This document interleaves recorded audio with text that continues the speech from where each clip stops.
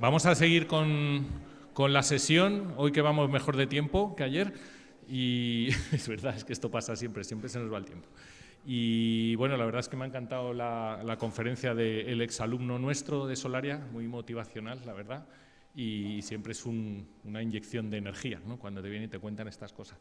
Bueno, vamos a hablar ahora de aviones, vamos a hablar también de electricidad, vamos a hablar de proyectos de investigación y me acompañan aquí, que son básicamente los que van a hablar, yo estoy aquí un poco solo para introducirles y luego si acaso moderar las preguntas. Pues dos personas muy valiosas, muy queridas de la casa. Uno es Daniel Izquierdo, que es ingeniero por la Carlos III. Nadie es perfecto, pero no pasa nada. Le queremos mucho y además que colabora con nosotros desde hace muchos años en muchos proyectos. Él es profesor asociado en la Carlos III y él es ingeniero de Airbus Defence and Space. Lleva, pues no sé cuánto, 15, 20 años trabajando en el sector de... Más de 20 años. Más de 20, en el sector de la aviación, y nosotros pues hemos trabajado con él en el Centro de Electrónica Industrial muchas veces. Y también me acompaña aquí, quizás alguno conozcáis, Miroslav Basic, profesor aquí de nuestra escuela, de nuestro grupo de investigación, persona muy valiosa. Solo tiene un defecto y es que es de la Estrella Roja de Belgrado, pero por lo demás ya tiene pasaporte español, así que una persona muy valiosa y también muy querida. Y no sé quién va a empezar, Miroslav, Daniel, ¿quién va a empezar? Voy a empezar yo. Sí, ¿vale? Pues le damos la palabra a Daniel y un aplauso, por favor, para ellos. Gracias, Óscar. ¿Se oye bien? ¿Se oye bien o? Porque no sé si el micro... ¿Me oís bien? Sí, se oye bien, ¿no? Gracias, Óscar. Bueno, con Óscar llevamos trabajando, como ha dicho, con el CEI muchos años y bueno, quería también un poco hilar con lo que ha comentado Arturo, que es verdad, es decir, en Airbus, que es una empresa multinacional que todos conocéis, tenemos plantas en prácticamente todo el mundo.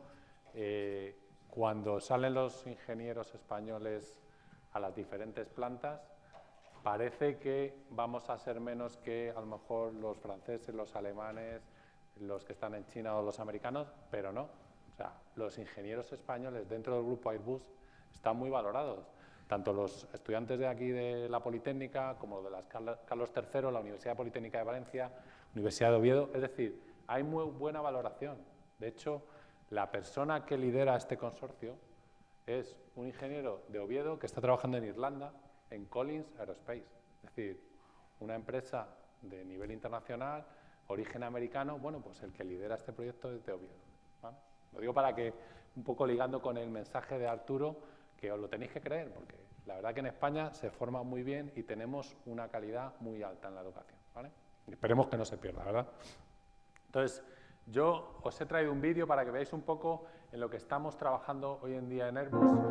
El concepto que tenemos ahora mismo, bueno, si hablo no sé de la música, pero es ir a aviones de emisión cero. Es decir, un poco conectando con la energía solar. Nosotros queremos que nuestros productos en el futuro no emitan CO2, ¿vale? Es decir, que el ciclo de vida del producto tenga emisión cero. Y estamos trabajando en diferentes proyectos, sobre todo enfocado a aviones de pasajeros. Y concretamente hoy venimos a hablaros del avión regional, ¿vale? Es ese avión que habéis visto ahí con las hélices, ¿vale? Hay diferentes diseños.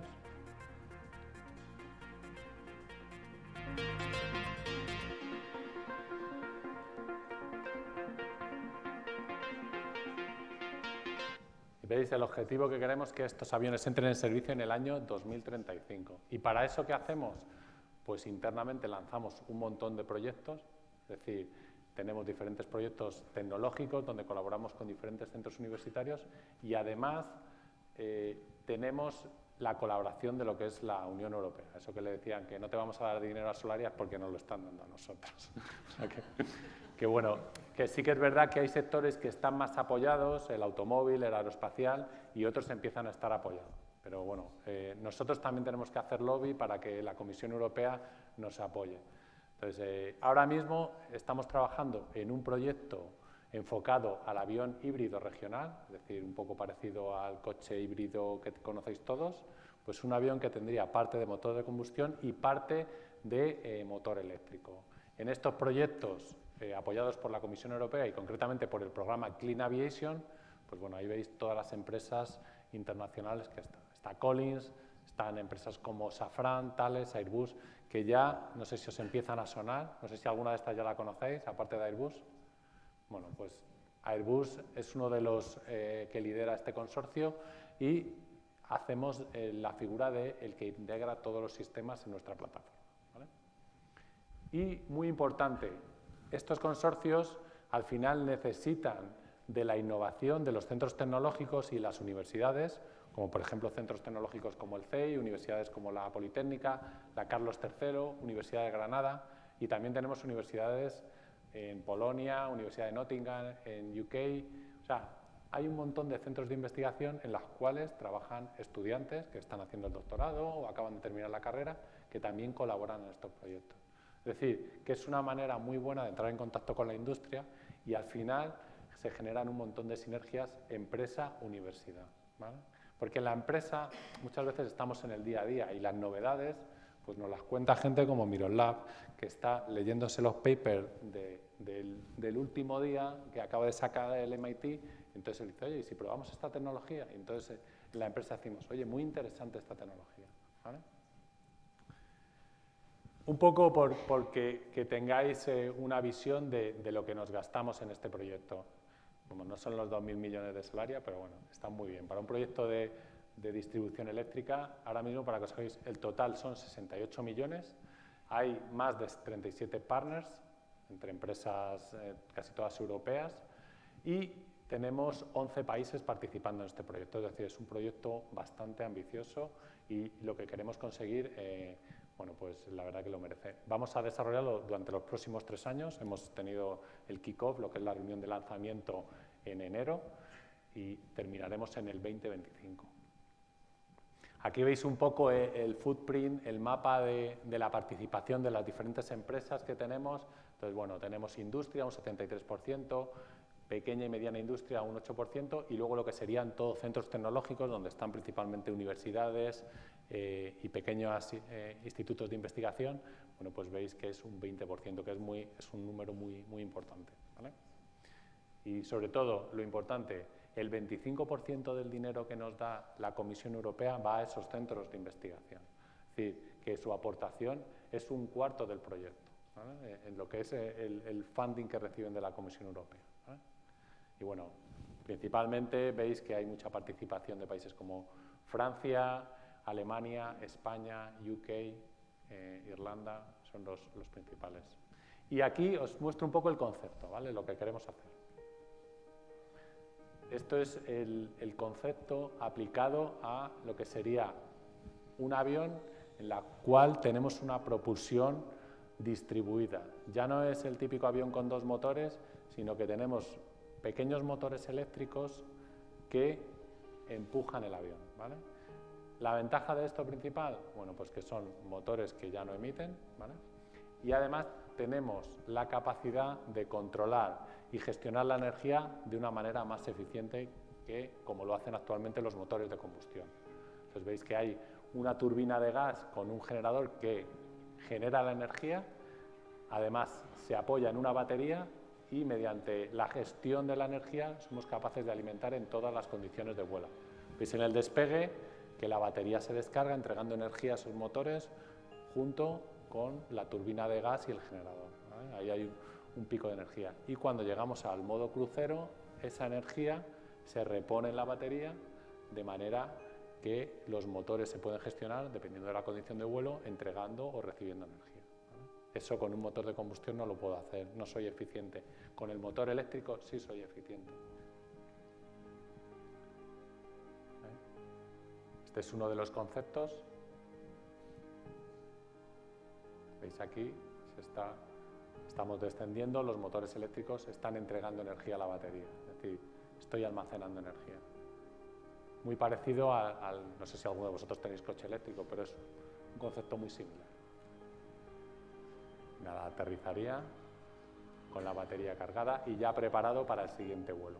Hay otros conceptos que también se están aplicando, pilas de combustible, el sistema donde yo obtengo la energía del hidrógeno a través de una pila de combustible que genera una reacción química y electricidad, y esa la inyecto también a los motores eléctricos. Pero bueno, este concepto es bastante interesante. Y detrás de todo esto, al final, tenemos una parte muy importante que es cómo yo gestiono esa energía, ¿vale? En el avión yo tengo que gestionar la energía. ¿Cómo la gestiono? Bueno, pues voy a tener lo que serían unos centros de distribución de esa energía con una parte primaria o para alimentar todas las cargas propulsivas, esos motores propulsivos, ¿vale? Y además voy a tener unos centros de almacenamiento, ya sea con baterías, pilas de combustible o esas turbinas de gas que me entregan la energía. Pero además tengo las típicas cargas convencionales, pues ahora mismo lo que tendríamos en el avión, ¿no?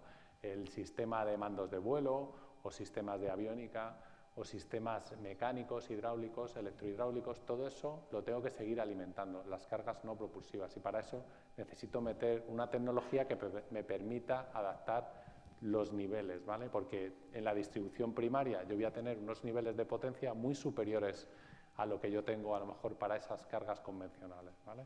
Entonces ahí tenemos muchos retos tecnológicos. Tenemos que identificar las tecnologías claves, poner dinero y desarrollar esos equipos de cara a tener en el año 2035 un avión que sea robusto, que funcione bien, porque claro, nadie entendería que se fuera a subir un avión y diga, oye, que se ha roto el centro de distribución. Pues vaya chapuza han hecho los de Airbus, ¿no? Entonces eso nadie lo entiende. Entonces nosotros empezamos a trabajar ahora. Fijaros que estamos trabajando 12 años antes para obtener esa tecnología, ¿vale? Y aquí le planteamos unos retos, concretamente a la universidad, y le decimos, oye, yo quiero un convertidor o quiero un sistema que me gestione la energía. Y ahora Miroslav os va a contar un poco lo que ellos están pensando. Muchas gracias, Daniel. Pues buenos días a todos. Soy Miroslav Vasic. La mayoría de vosotros me conoce como profesor de fundamentos de electrónica, pero en realidad lo que vamos a ver ahora mismo de la parte técnica está mucho más lejos de los fundamentos y de las leyes de Kirchhoff. O Kirchhoff. Es un chiste interno. En realidad, esta imagen que veis aquí, con este diagrama aquí, en realidad es súper importante, porque representa un cambio de paradigma, un cambio de filosofía de electricidad que conocemos el día de hoy. Entonces, si observáis con cuidado todas las cajitas que tenéis ahí, todas las cajas tienen las siglas DC, Direct Current, la corriente continua. No hay AC, no hay corrientes alternas. Y entonces alguien se podría preguntar si mi paisano Nikola Tesla se equivocó durante la guerra de las corrientes. Pero justo eso, esta filosofía de las corrientes continuas, es un cambio de paradigma muy importante, porque la única manera para almacenar la energía dentro de un avión, dentro de un coche, dentro de cualquier vehículo, es en forma de las tensiones y corrientes continuas, supercondensadores, pilas de combustibles, paneles fotovoltaicos, baterías de ion litio. Entonces, justo por la manera como almacenamos, como producimos energía, es súper natural utilizar la corriente continua para un sistema como este. Sin embargo, para que esto funcione, para que sea seguro, es que necesitamos todavía mucha tecnología que todavía el día de hoy existe solamente en papers o laboratorios o están en una fase muy, muy preliminar. Por ejemplo, una chorrada, digamos, que es como un interruptor que tenemos que cerrar y abrir, y que es relativamente fácil implementar para la tecnología de corriente alterna, porque tenemos que esperar que la corriente pase por cero, cuando está en cero abro y no hay arco. Sin embargo, en corrientes continuas no hay pasos por cero, y entonces tú tienes que abrir el interruptor con toda la corriente que va corriendo en ese momento por el interruptor. Y el tema de DC breakers, de interruptores de corriente continua, es súper importante. Después, todas esas cajas con dos o tres colores significa que hay cierto aislamiento entre diferentes tensiones de tensión continua. Entonces, ya sabéis, o debéis haber aprendido conmigo en las clases, que desafortunadamente para poner un transformador necesitamos tensiones y corrientes alternas. Y yo alimento en continua. Entonces necesito muchísima electrónica de potencia en la que trabajamos Oscar y yo, para realizar esas cajas que reciben continua, dan continua y que tengan aislamiento, ¿vale? Después, hay otro cambio muy importante en la en la tecnología en los últimos 10 años, es que estamos dejando a silicio como una tecnología totalmente obsoleta en electrónica potencia. Estamos utilizando nitruro de galio y carburo de silicio. ¿Por qué? Porque estos elementos nos dan unas prestaciones muchísimo mejores que el silicio. Podemos hacer sistemas más eficientes, más pequeños y, digamos, con más prestaciones desde el punto de vista dinámico que se requiere para unas cargas agresivas como en el avión. Y lo último que está ocurriendo hoy en el mundo es una cosa que se llama Digital Twin y aplicación de la inteligencia artificial.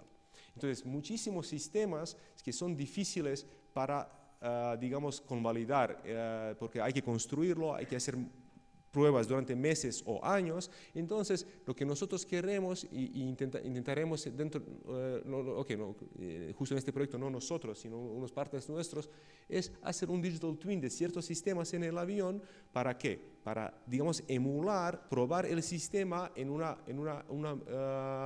ambiente totalmente virtual. ¿Para qué? Para acelerar todas las pruebas posteriores que tenemos que hacer e intentar, digamos, corregir algunos errores en una fase preliminar donde no tenemos que hacer muchísimas iteraciones que cuestan mucho.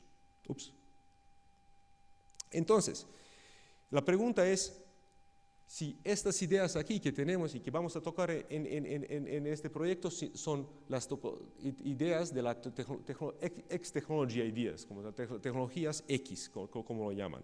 Entonces, ¿qué son tecnologías X? Pues tecnologías X son conceptos nuevos que tenemos que desarrollar para hacer un salto importante desde el punto de vista de calidad de prestaciones que estamos dando.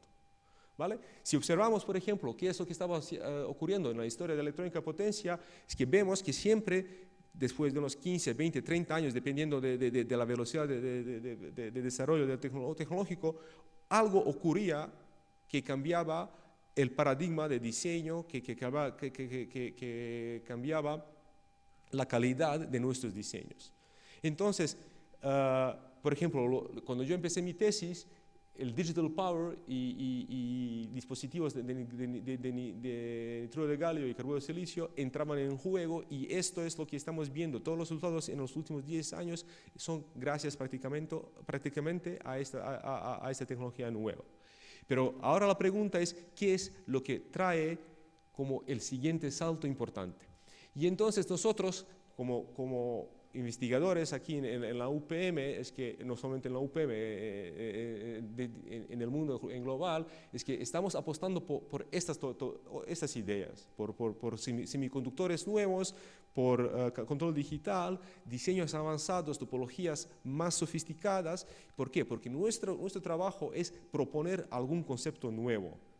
¿Vale? O sea, nuestro objetivo es hacer el push de tecnológico, y el objetivo de las empresas es recoger las ideas nuevas, recoger las ideas que tienen este potencial y pool, como, no sé cómo decirlo en pool en castellano, en realidad, como tirar esas ideas hacia el mercado, hacia unos diseños robustos, estándares, que son fáciles para utilizar.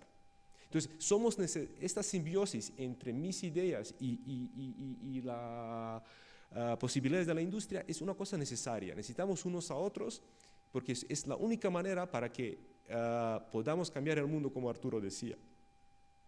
Es que solamente yo, como mis ideas, es que no puedo hacer algo que es accesible a todo el mundo. ¿Por qué? Porque yo trabajo en mi laboratorio aquí arriba. Yo no sé hacer una cosa bonita dentro de una caja con un cable que no se va a romper después de 2 o 3 días. Otra gente lo sabe, pero necesita, digamos, una visión, una ayuda para tocar ideas arriesgadas. ¿Vale? Entonces, vamos a ver ahora por qué estas ideas podrían ser tecnología X. Entonces, ¿qué es lo que pasa con dispositivos de nitruro de galio y carburo de silicio? Entonces, si observamos, por ejemplo, una descripción súper corta, sin muchas ecuaciones, una unión muy básica de silicio, un diodo, que es una cosa súper básica. Sabemos que el diodo puede conducir o estar apagado. Cuando está apagado tiene que aguantar la tensión. Entonces, como que tiene que aguantar la tensión, ¿de qué depende? Pues depende de la cantidad de dopaje y de tamaño de vuestro semiconductor. Pero si hacemos la matemática, vamos a ver que la tensión que yo tengo que aguantar está directamente directamente correlacionado con la física del semiconductor. Entonces, si el litio aguanta 0,3, 10 al 6 voltios por centímetro del campo eléctrico, mientras GaN y SiC aguantan 10 veces más. 10 veces, un orden de magnitud más campo dentro del material. ¿Qué significa esto? Esto significa que para la misma tensión, la longitud de mi semiconductor puede ser 10 veces más pequeño. Longitud está en proporción con la resistencia. Entonces, yo para la misma tensión tengo un material, un diodo que produce 10 veces menos pérdidas. Y ojo, tengo que conducir cientos o kiloamperios, como vamos a ver después. Entonces, esto puede ser una cosa importante. ¿Qué es lo que vemos? Es que en esta gráfica podemos prácticamente ver el límite tecnológico de silicio y podemos ver el límite tecnológico de GaN y SiC. Y como podemos ver, en realidad se prevé que, ok, yo he dicho 10 veces, pero que la diferencia, si lo diseñamos bien, si tocamos el límite tecnológico de verdad, podemos aumentar a 100 o incluso 1000. ¿Vale? Y lo más importante es, esta línea aquí es el diamante. Entonces, ahora mismo nadie produce sus semiconductores en diamante, pero igual dentro de 30, 40 años, cuando tengamos una tecnología mucho más madura, vamos a tener diodos o transistores en diamante. ¿Por qué? Porque ofrecen unas prestaciones increíbles. ¿Vale? Entonces, pero todo eso tiene que madurar, hay que desarrollarlo. Después, tenemos conocimiento para hacer... Upsi daisy. Me equivoqué en las animaciones, pues nada, vamos a, perdón. Aquí algo ocurrido. Pues nada, borramos la animación y ya está. Perdón. Entonces, ¿qué es lo que está ocurriendo? Entonces, también, como somos conscientes que tenemos que hacer diseños súper pequeños, súper eficientes, es que el proceso de diseño es súper complicado. Entonces aquí veis un algoritmo de diseño que incluye muchísimas optimizaciones multivariables, porque tenéis todas posibles combinaciones de vuestras bobinas, conductores, condensadores, transistores, frecuencias de conmutación. ¿Para qué? Para encontrar el límite teórico de vuestro diseño. Estas líneas aquí dicen que este diseño no puede estar más pequeño, o si quieres que sea más pequeño, tiene que disipar menos. Entonces, somos capaces de encontrar y optimizar los dispositivos hasta su límite tecnológico y hacer una cosa que, por ejemplo, como en este caso, ocupa el volumen de una lata de cerveza, literalmente, 0,33 litros, y produce 15 kilovatios con rendimiento de 99.5%. Entonces, esto lo hicimos aquí, en este laboratorio nuestro, arriba en la planta 2. Después, hablando de Artificial Intelligence, entonces, los diseños son tan complejos y tenemos unas prestaciones que tenemos que llegar, a las que tenemos que llegar, que simplemente la metodología de diseño, tengo 3 ecuaciones que he encontrado en el libro de mi profesor de Fundamentos de Electromagnetismo y lo voy a aplicar para diseñar el trafo, no funciona. ¿Vale? Entonces tenemos que simular muchísimo y de las simulaciones sacar un montón de variables que influyen a nuestro diseño y aplicar esas redes neuronales o alguna inteligencia artificial. ¿Para qué? Para hacer el mejor transformador para 10 kilovatios que aísla 5 kilovoltios. ¿Vale? Entonces, esto no es fácil hacerlo y entonces utilizamos inteligencia artificial para ello. También esos digital twins, de lo que estaba hablando, que es un cambio de paradigma nuevo, es que nos sirve ¿para qué? Para hacer muchísimas pruebas, muchísimas análisis de manera segura, sin poner a nadie en peligro y hacerlo sin realizar el componente, sin realizar el sistema. ¿Para qué? Para acelerar el proceso de diseño. Entonces, tenemos siempre, digamos, un sistema virtual que estamos intentando poner bajo estrés para aprender cómo se va a comportar y qué es lo que le va a ocurrir. Todo esto hemos aplicado en un par de proyectos con industria, como podéis ver, y esto funciona y se desarrolla aquí en el laboratorio. Entonces, ¿por qué necesitamos todo esto, este lío? ¿Por qué estoy hablando de todo esto? Primero, yo soy una persona inquieta y siempre me gusta tocar las cosas que son difíciles, pero en realidad, gracias a la industria con la que estamos colaborando, nos estamos dando cuenta que las maneras de diseño, de análisis o conservadores que normalmente utilizamos no son suficientes. Que si queremos llegar a esas soluciones, que también Daniel mostró en su parte, es que tenemos que hacer algo diferente. ¿Por qué? Porque estamos hablando de electric thrust, de lo que hemos visto en estos motores, donde necesitamos tensión de 7,5 kilovoltios, donde la tecnología es continua, donde tenemos para la distribución de 50 megavatios y una tonelada de baterías. Y para todo eso necesitamos unas ideas nuevas. ¿Vale? Y entonces, con esto concluyo con mi presentación y espero que os haya gustado.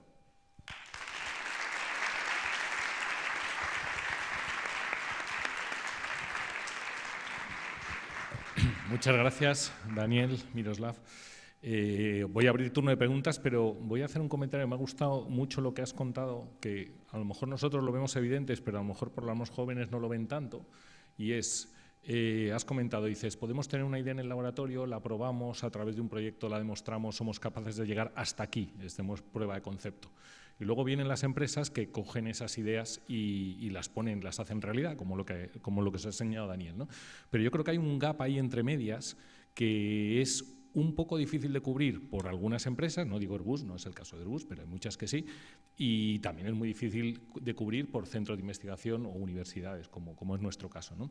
Entonces lo voy a unir con dos cosas que han salido en este IRM, una que ha dicho antes Arturo ha dicho emprender. No tengáis miedo, coger una idea, promocionarla, luchar por ella y, oye, y se fracasa muchas veces, pero hay veces que se sale adelante, ¿no?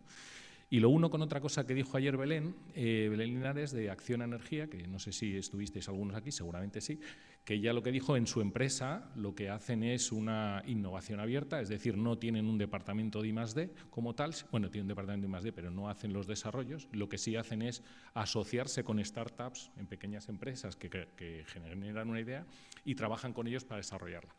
Entonces, justo esa etapa intermedia es la que tanto ayer Belén como hoy Arturo pues nos han hablado y que efectivamente hace un enlace muy bueno entre grandes empresas y grupos universitarios que tenemos recursos pues muy limitados, ¿no? O sea que quería aclararlo porque me ha parecido muy oportuno. Tenemos tiempo para algunas preguntas. Por favor. Sí, estudiante por aquí. Espera, te pasan un micro ahí. Hola, bueno, lo primero, dar las gracias por la charla, muy interesante. Mi pregunta es un poco personal porque yo estoy haciendo el doble máster de industriales con electrónica, en la rama de electrónica y potencia, y quería preguntar cómo una persona que termina esos estudios en algo muy específico, por ejemplo, es la electrónica y potencia, podría terminar trabajando en una empresa como Airbus. Gracias.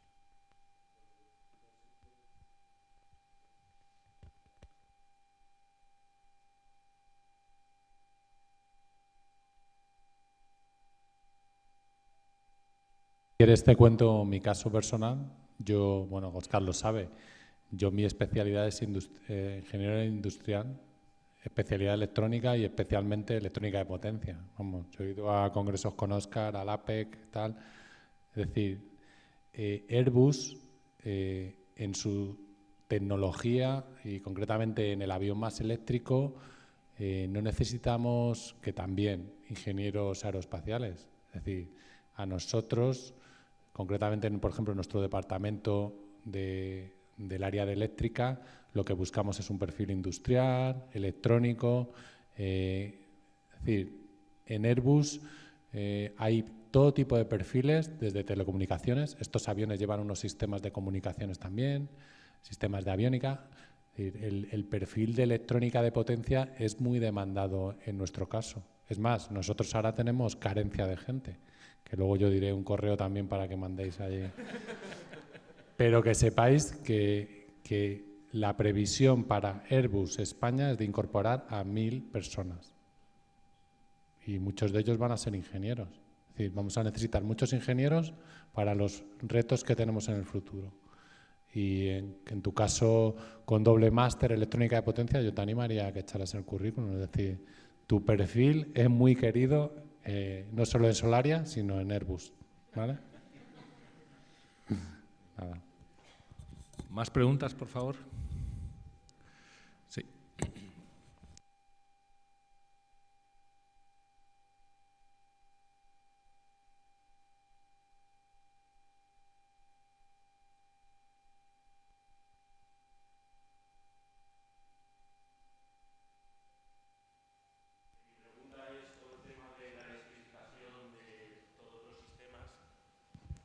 Hola. Que la electrificación de todos los sistemas lleva al uso de baterías, pero el litio es un recurso limitado. ¿Cómo se está tomando todo en cuenta? Porque si hay que electrificar los coches, los aviones, los autobuses, las casas, ¿cómo se toma en cuenta el gasto de litio que pueda haber a futuro? Sí, completamente de acuerdo. O sea, yo el otro día lo hablaba con un compañero, ¿no? De decir, oye, a lo mejor el motor de combustión echa más CO2, concretamente en el trayecto a casa, pero hemos cuantificado cuánto cuesta producir las baterías de ion litio para es decir, el daño ecológico en el sitio, la producción, luego el reciclado después del uso. Es decir, hay que cuantificar todo. Y en Airbus lo tenemos claro. De hecho, en Airbus lo que estamos es apostando no tanto por las baterías van a ser limitadas. Los aviones actuales llevan baterías de níquel cadmio, algunas litio-ion, pero la apuesta por Airbus es el hidrógeno. O sea, Airbus está trabajando sobre todo en demostradores. Hay un proyecto en el cual quieren ponerle a un 380 un sistema de propeller donde toda la propulsión es basada de este propeller es basada en hidrógeno y el vector limpio que ahora mismo tenemos identificado es el hidrógeno. Es decir, coincido contigo que el litio-ion es algo limitado y contamina. Y nosotros el reto no es tanto meter estos productos en el mercado, sino además ser sostenible con el medio ambiente, ¿vale? Muchas gracias por la pregunta, muy interesante. ¿Más, por favor? Sí, la chica de arriba.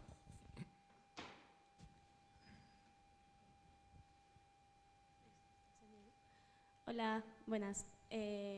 Bueno, yo soy estudiante del máster de Ingeniería de la Energía y estoy en la parte de recursos energéticos, el itinerario de recursos energéticos, entonces la verdad me parece muy interesante el hidrógeno como vector energético. Y mi pregunta va un poco encaminada a las dos preguntas anteriores, porque también es un poco personal. A mí me interesa la parte de medio ambiente, porque mi grado es en Ingeniería Ambiental, y quería saber cómo se proyecta el medio ambiente dentro de la empresa como tal de Airbus, si se hacen análisis de ciclo de vida o cómo se gestiona, cómo se hace la gestión ambiental dentro de este tipo de proyectos.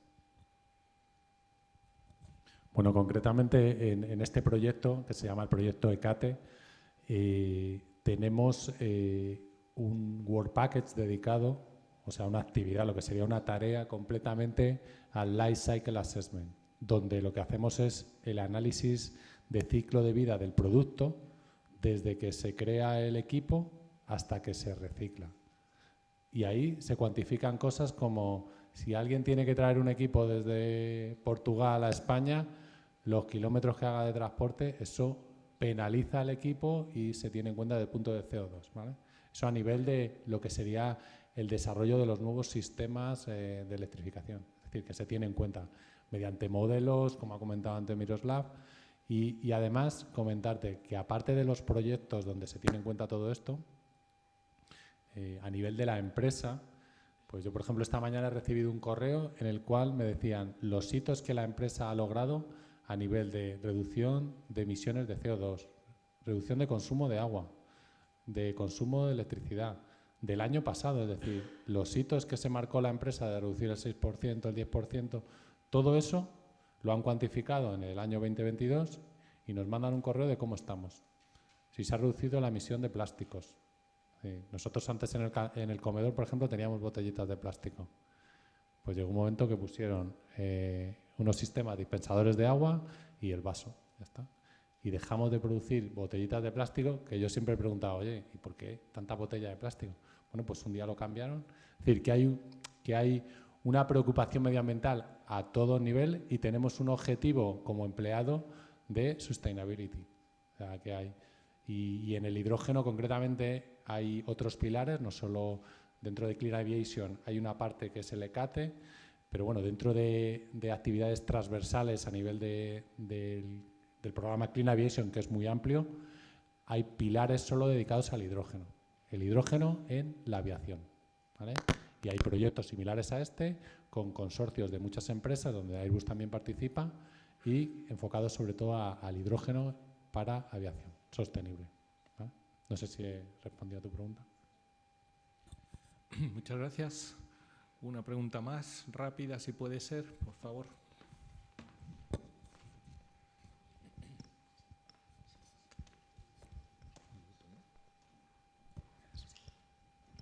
Hola, sí, yo quería preguntar simplemente, me ha sorprendido mucho pues que se intenten hacer aviones eléctricos, bueno, con esta hibridación, porque siempre había escuchado que, bueno, el tema de los coches sí, pero en aviones imposible porque la densidad de energía que te da, o sea, como que el peso de la batería, que como va a hacer volar una batería y lo que almacena, como que es mucho peor que la cantidad de energía que te puede aportar el combustible, ¿no?, en relación al peso que tienes que levantar, ¿no? Y entonces quería preguntar simplemente si este es el mayor reto o realmente, o sea, podemos decir que hay un reto como que es el más difícil ahora mismo en este intento de un avión híbrido.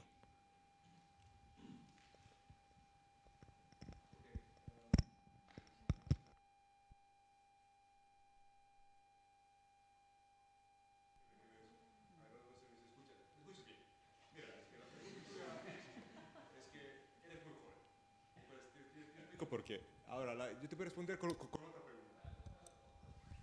¿Tú sabes dónde se hizo el primer avión tripulado eléctrico que ha volado? El primero. Aquí, en España. ¿Sabes quién trabajó en ello? Pues ese señorito. Y fue mi primer proyecto en el doctorado. El primer proyecto que me pusieron, me dijeron, mira, hay un proyecto con Boeing y vamos a hacer un avión eléctrico.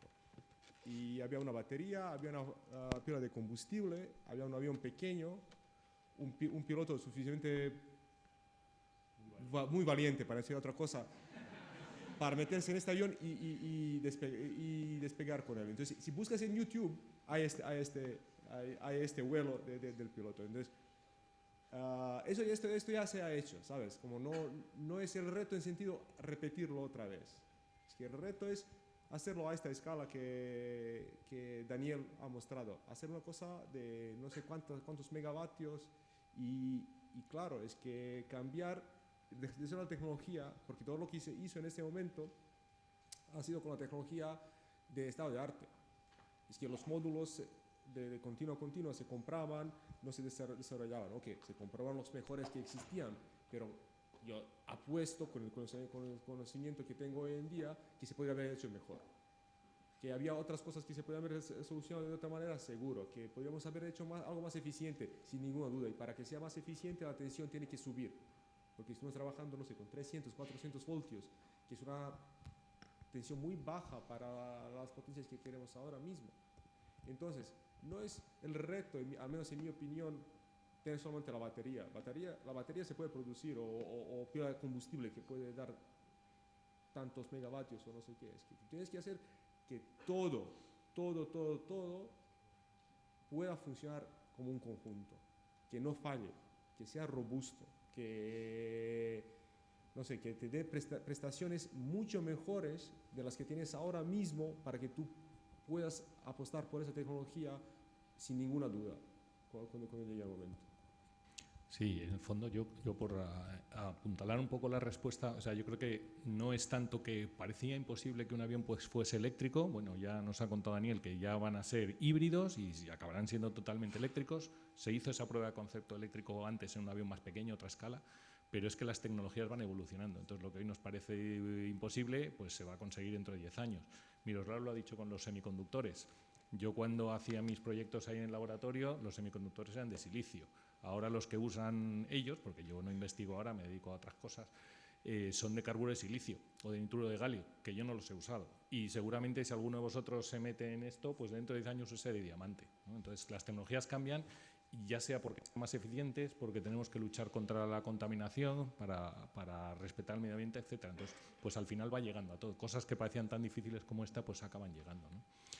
Bueno, a mí me ha encantado teneros aquí, que hayáis dado estas pinceladas de este futuro tan cercano que tenemos. Que muchas gracias, Daniel, muchas gracias, Miro. Y simplemente, bueno, vamos en tiempo, ¿verdad? Vale.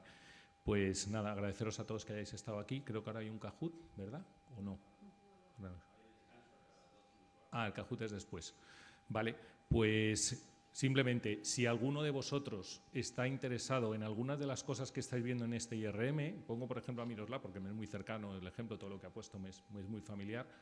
En los laboratorios de la escuela se hacen cosas de interés muy punteras en el mundo. Y no tenéis más que acercaros a los laboratorios, si vais a hacer un TFG o un TFM, por supuesto, pero incluso sin eso, si os queréis acercar a algún profe de algún laboratorio y preguntarle por qué se puede hacer, pues os van a recibir encantados. Yo quería comentar que para los que estéis interesados en aplicar Airbus, pues a través de las redes sociales, LinkedIn, hay páginas que podéis enviar vuestro currículum. Entonces, bueno, y además hay programas de formación específico para jóvenes estudiantes, donde se hacen prácticas en empresa, además os dan formación adicional. Programas muy interesantes para vuestro perfil y os recomiendo que entréis en la web de Airbus, creo que es airbus.job.com, ahí tenéis un enlace. Vamos, si dais en el buscador, los que sois nativos digital, ¿no? Vosotros sois los millennials, los X, ¿no? Los Z, ¿no? Pues no tendréis problema. Entonces, os recomiendo que, y si alguno tiene alguna pregunta, pues ahora estaremos por aquí. Ha venido mi responsable, con lo cual ella tiene plazas abiertas, le podéis decir también. ¿Verdad, Almudena? Así que ya si os conocemos de antemano, mejor para incorporaros, ¿vale? Pues muchas gracias a todos. Muchas gracias.